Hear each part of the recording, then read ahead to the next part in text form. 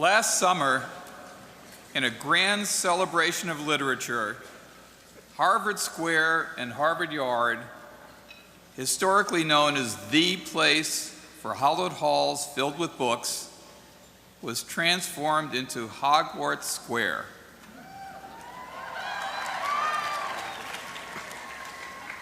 This summer festival celebrated the midnight release of Harry Potter and the Deathly Hallows, the 7th and final installment in the wildly popular series. Hordes of people, children and adults alike, dressed in elaborate wizard costumes, stood in line for hours at the Coop to purchase copies of the book. Dozens of restaurants and stores stayed open late and posted Harry Potter-themed specials, and a 3-hour concert capped off the evening in a packed Tercentenary Theater. Today, Tercentenary Theater is once again packed with children and adults, and we are pleased to welcome one of the most successful authors of our time. Her books have set sales records and have won many awards, probably because the Harry Potter stories provide a familiar backdrop for readers who can empathize with the young protagonist adrift in a sometimes cruel and challenging world. In addition to her vast contributions to literature, she is also noted for the social, moral, and political inspiration she has given her fans. A notable philanthropist, she has established the Volant Charitable Trust, which donates millions of dollars to aid women and children and to combat poverty and social inequality. The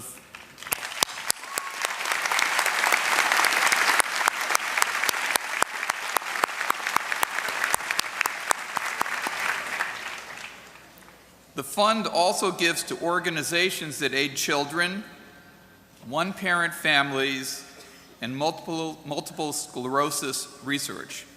She herself has noted that a person has a moral responsibility when you've been given far more than you need to do wise things with it and to give intelligently. And now I give you Ms. J.K. Rowling.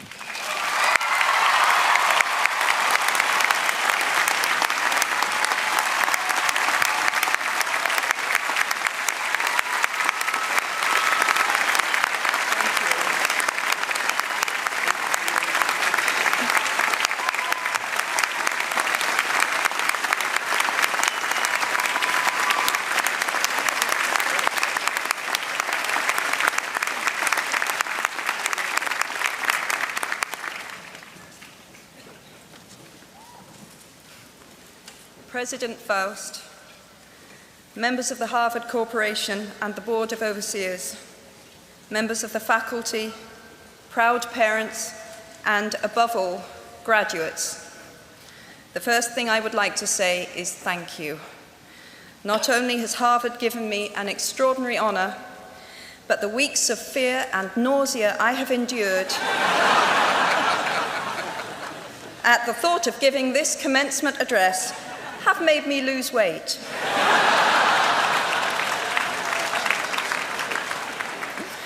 A win-win situation. Now all I have to do is take deep breaths, squint at the red banners, and convince myself that I am at the world's largest Gryffindor reunion.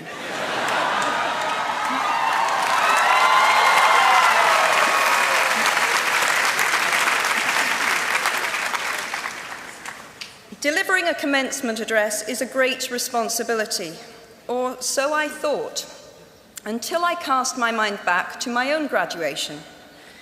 The commencement speaker that day was the distinguished British philosopher, Baroness Mary Warnock. Reflecting on her speech has helped me enormously in writing this one, because it turns out that I can't remember a single word she said.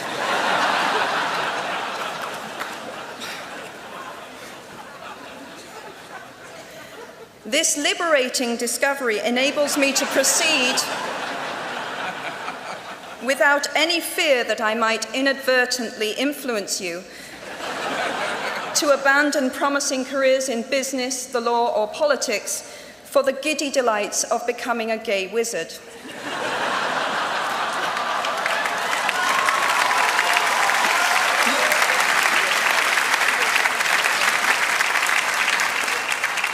You see, if all you remember in years to come is the gay wizard joke, I've come out ahead of Baroness Mary Warnock. Achievable goals, the first step to self-improvement. Actually, I have racked my mind and heart for what I ought to say to you today. I have asked myself what I wish I had known at my own graduation, and what important lessons I have learned in the 21 years that have expired between that day and this. I have come up with two answers. On this wonderful day when we are gathered together to celebrate your academic success, I have decided to talk to you about the benefits of failure. And as you stand on the threshold of what is sometimes called real life, I want to extol the crucial importance of imagination. These may seem quixotic or paradoxical choices, but bear with me. Looking back at the 21-year-old that I was at graduation is a slightly uncomfortable experience for the 42-year-old that she has become. Half my lifetime ago, I was striking an uneasy balance between the ambition I had for myself and what those closest to me expected of me. I was convinced that the only thing I wanted to do, ever, was write novels. However, my parents, both of whom came from impoverished backgrounds and neither of whom had been to college, took the view that my overactive imagination was an amusing personal quirk that would never pay a mortgage or secure a pension. I know the irony strikes with the force of a cartoon anvil now, but... So they hoped that I would take a vocational degree. I wanted to study English literature. A compromise was reached that in retrospect satisfied nobody, and I went up to study modern languages. Hardly had my parents' car rounded the corner at the end of the road than I ditched German and scuttled off down the classics corridor. I cannot remember telling my parents that I was studying classics. They might well have found out for the first time on graduation day. Of all the subjects on this planet, I think they would have been hard put to name one less useful than Greek mythology when it came to securing the keys to an executive bathroom. Now, I would like to make it clear in parenthesis that I do not blame my parents for their point of view. There is an expiry date on blaming your parents for steering you in the wrong direction.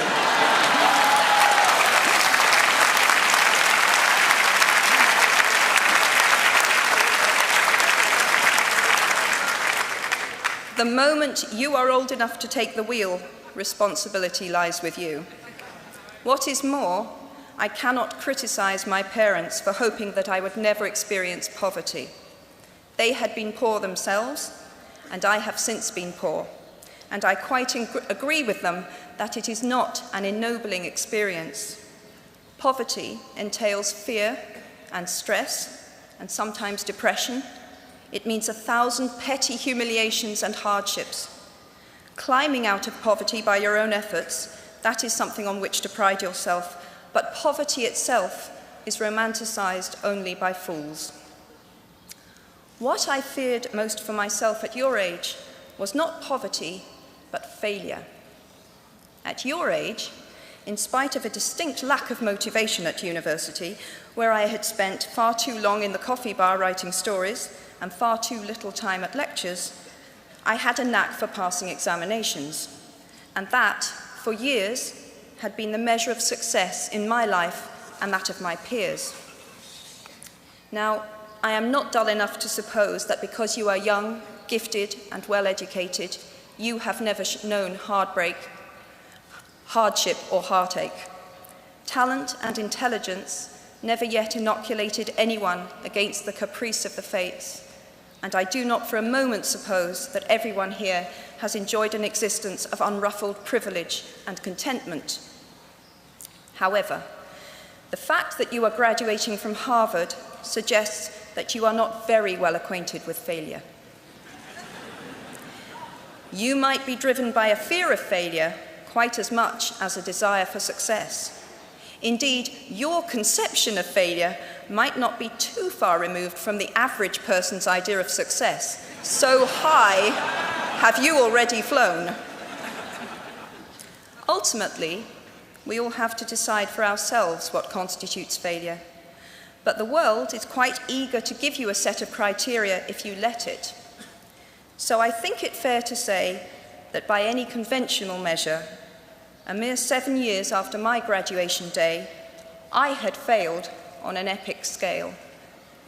An exceptionally short-lived marriage had imploded, and I was jobless, a lone parent, and as poor as it is possible to be in modern Britain without being homeless. The fears that my parents had had for me and that I had had for myself had both come to pass.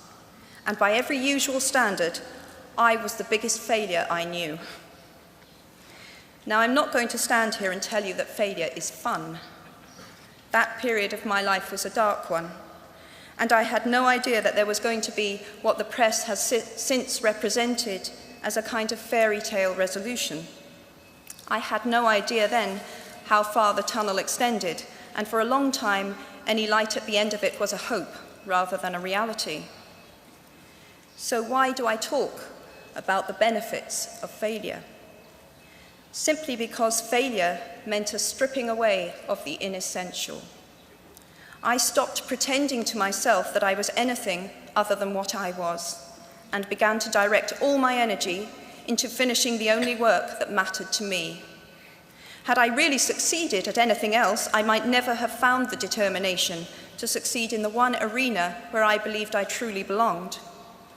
I was set free because my greatest fear had been realized, and I was still alive, and I still had a daughter whom I adored, and I had an old typewriter and a big idea. And so rock bottom became the solid foundation on which I rebuilt my life. You might never fail on the scale I did, but some failure in life is inevitable. It is impossible to live without failing at something, unless you live so cautiously that you might as well not have lived at all, in which case you fail by default. Failure gave me an inner security that I had never attained by passing examinations. Failure taught me things about myself that I could have learned no other way. I discovered that I had a strong will and more discipline than I had suspected. I also found out that I had friends whose value was truly above the price of rubies. The knowledge that you have emerged wiser and stronger from setbacks means that you are, ever after, secure in your ability to survive. You will never truly know yourself or the strength of your relationships until both have been tested by adversity. Such knowledge is a true gift, for all that it is painfully won, and it has been worth more than any qualification I ever earned. So given a time turner, I would tell my 21-year-old self that personal happiness lies in knowing that life is not a checklist of acquisition or achievement. Your qualifications, your CV, are not your life, though you will meet many people of my age and older who confuse the two.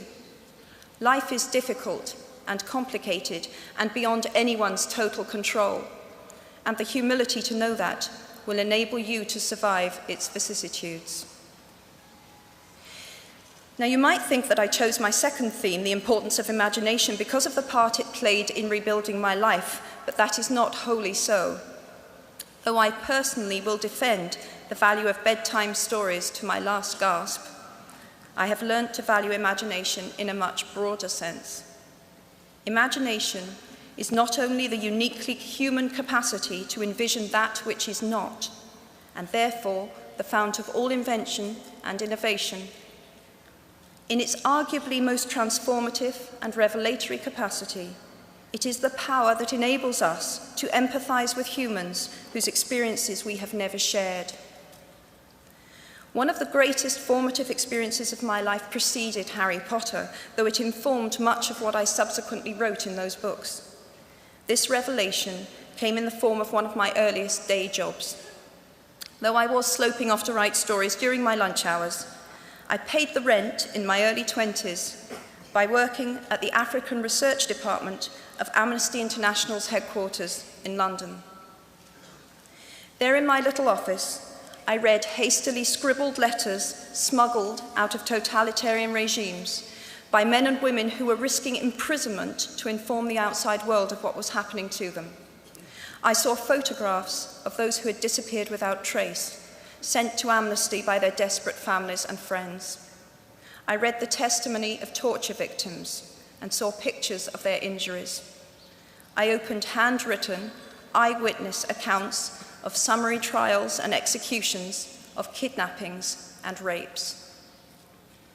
Many of my co-workers were ex-political prisoners, people who had been displaced from their homes or fled into exile because they had the temerity to speak against their governments.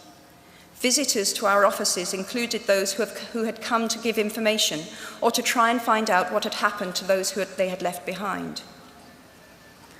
I shall never forget the African torture victim, a young man no older than I was at the time, who had become mentally ill after all he had endured in his homeland.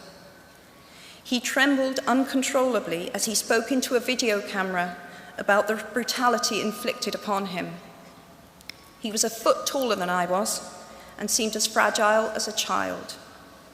I was given the job of escorting him back to the underground station afterwards, and this man, whose life had been shattered by cruelty, took my hand with exquisite courtesy and wished me future happiness.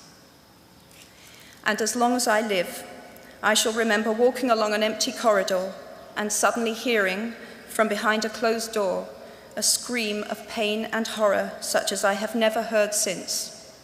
The door opened, and the researcher poked out her head and told me to run and make a hot drink for the young man sitting with her. She had just had to give him the news that in retaliation for his outspokenness against his country's regime, his mother had been seized and executed. Every day of my working week in my early 20s, I was reminded how incredibly fortunate I was to live in a country with a democratically elected government where legal representation and a public trial were the rights of everyone. Every day, I saw more evidence about the evils humankind will inflict on their fellow humans to gain or maintain power. I began to have nightmares, literal nightmares, about some of the things I saw, heard, and read. And yet, I also learned more about human goodness at Amnesty International than I had ever known before. Amnesty mobilizes thousands of people who have never been tortured or imprisoned for their beliefs to act on behalf of those who have. The power of human empathy leading to collective action saves lives and frees prisoners. Ordinary people whose personal well-being and security are assured join together in huge numbers to save people they do not know and will never meet. My small participation in that process was one of the most humbling and inspiring experiences of my life. Unlike any other creature on this planet, human beings can learn and understand without having experienced. They can think themselves into other people's places. Of course, this is a power, like my brand of fictional magic, that is morally neutral. One might use such an ability to manipulate or control, just as much as to understand or sympathize. And many prefer not to exercise their imaginations at all. They choose to remain comfortably within the bounds of their own experience, never troubling to wonder how it would feel to have been born other than they are. They can refuse to hear screams or peer inside cages. They can close their minds and hearts to any suffering that does not touch them personally. They can refuse to know. I might be tempted to envy people who can live that way, except that I do not think they have any fewer nightmares than I do. Choosing to live in narrow spaces leads to a form of mental agoraphobia, and that brings its own terrors. I think the willfully unimaginative see more monsters. They are often more afraid. What is more, those who choose not to empathize enable real monsters, for without ever committing an act of outright evil ourselves, we collude with it through our own apathy. One of the many things I learned at the end of that classics corridor down which I ventured at the age of 18 in search of something I could not then define was this, written by the Greek author Plutarch: "What we achieve inwardly will change outer reality." That is an astonishing statement, and yet proven 1,000 times every day of our lives. It expresses in part our inescapable connection with the outside world, the fact that we touch other people's lives simply by existing. But how much more are you, Harvard graduates of 2008, likely to touch other people's lives? Your intelligence, your capacity for hard work, the education you have earned and received give you unique status and unique responsibilities. Even your nationality sets you apart. The great majority of you belong to the world's only remaining superpower. The way you vote, the way you live, the way you protest, the pressure you bring to bear on your government has an impact way beyond your borders. That is your privilege and your burden. If you choose to use your status and influence to raise your voice on behalf of those who have no voice, if you choose to identify not only with the powerful but with the powerless, if you retain the ability to imagine yourself into the lives of those who do not have your advantages, then it will not only be your proud families who celebrate your existence, but thousands and millions of people whose reality you have helped change. We do not need magic to transform our world. We carry all the power we need inside ourselves already. We have the power to imagine better. I am nearly finished. I have one last hope for you, which is something that I already had at 21. The friends with whom I sat on graduation day have been my friends for life. They are my children's godparents, the people to whom I've been able to turn in times of real trouble, people who have been kind enough not to sue me when I took their names for Death Eaters.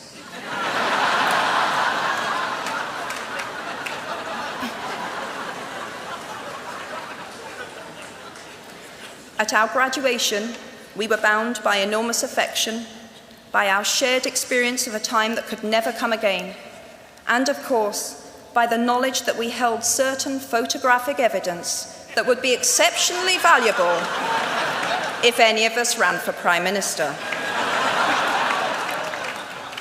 So today, I wish you nothing better than similar friendships. And tomorrow, I hope that even if you remember not a single word of mine, you remember those of Seneca, another of those old Romans I met when I fled down the classics corridor in retreat from career ladders in search of ancient wisdom. As is a tale, so is life. Not how long it is, but how good it is what matters. I wish you all very good lives. Thank you very much.